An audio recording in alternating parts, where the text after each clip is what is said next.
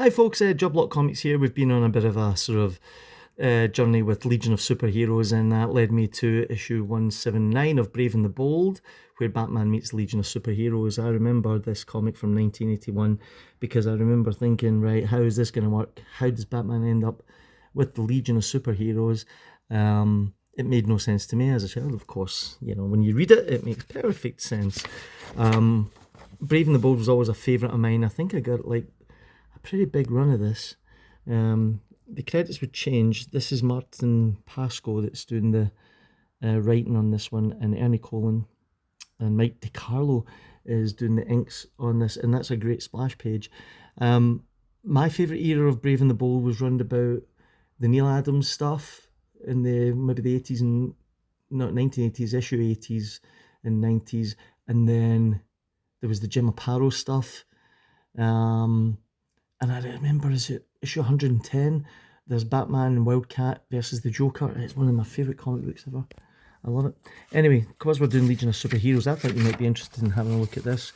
It starts in 1981 in Metropolis, and Star Labs are transporting this artifact, and these goons here, look at this couple of beefcakes.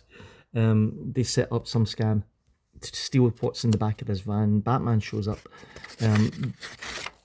and stops the theft. And the thing is that this piece of kit is going to get buried in Gotham and just left here because it's too dangerous for anybody to have. So of course what happens in the future is they kind of, you know, they dig it up again, yeah. So Legion of Superheroes are on hand in the future timeline to sort things out, and they're up against an old villain. There's two villains in this. There's this fruitcake here, yeah, and then there's an old Legion of Superheroes villain, Universal. He's behind it. He's the big mastermind. Spoilers in a 45-year-old comic. There you go.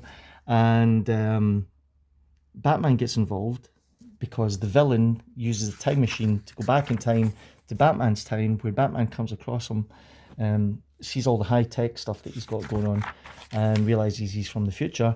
And then Batman ends up in Legion of Superheroes time. Yeah, there was a temporal shift. Of course there was. So Batman ends up in the future. But listen, it's good news because, you know, because he puts that on. Nobody notices him. And then he meets up, of course, with the Legion, and he explains to them who he is.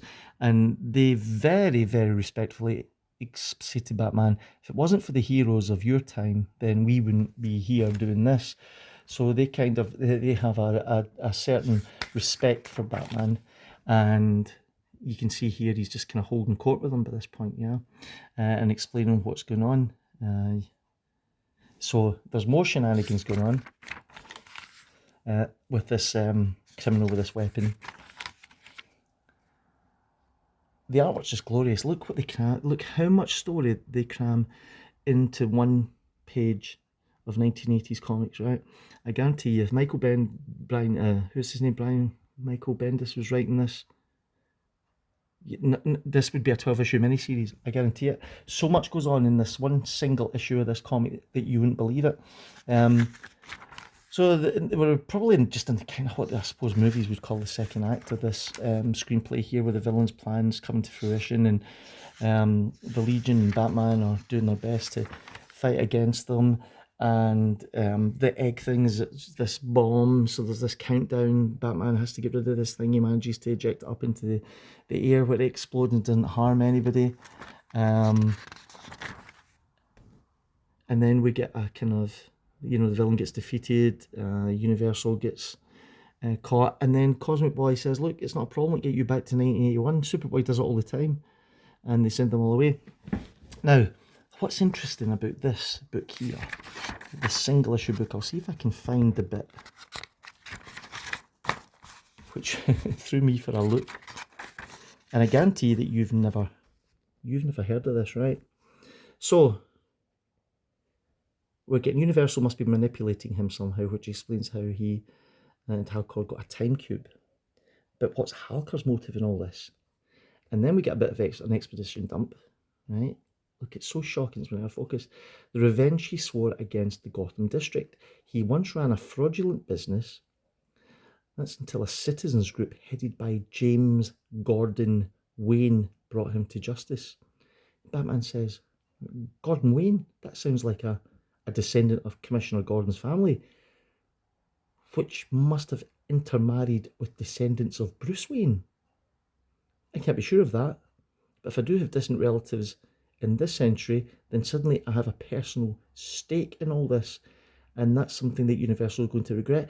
So, in the single throwaway issue of the Legion of Superheroes, they dropped this bombshell that somebody from Commissioner Gordon's family married some offspring of Bruce. This has never been mentioned before, and I suppose if they were going to write it out, they would just say, oh, there's another dimension of the parallel universe. But man, again, this sort of twist at the end of the story that gives Batman a personal stake within this book is something that if they did today, it would be the secret family of Batman that's going to rock the DC universe to its core. And this is just like 3 panels, this throwaway piece of exposition that's just dropped in here. Crikey, Tom King would do a 12-issue series on that alone, and it would be the descendants of Bruce Wayne in some weird therapy session with Commissioner Gordon. Any road up. That's Brave and the Bold, issue 179. It's an absolute belter. You'll get this so cheap. See these later issues of Brave and the Bold, you'll get them for like $1.50. They're always great fun to read, and some of the stories like this one here are just absolutely brilliant. Hope you enjoyed that as much as I did. It was great revisiting this issue. Thank you for watching. Please subscribe to the channel, and I'll see you all in the next one.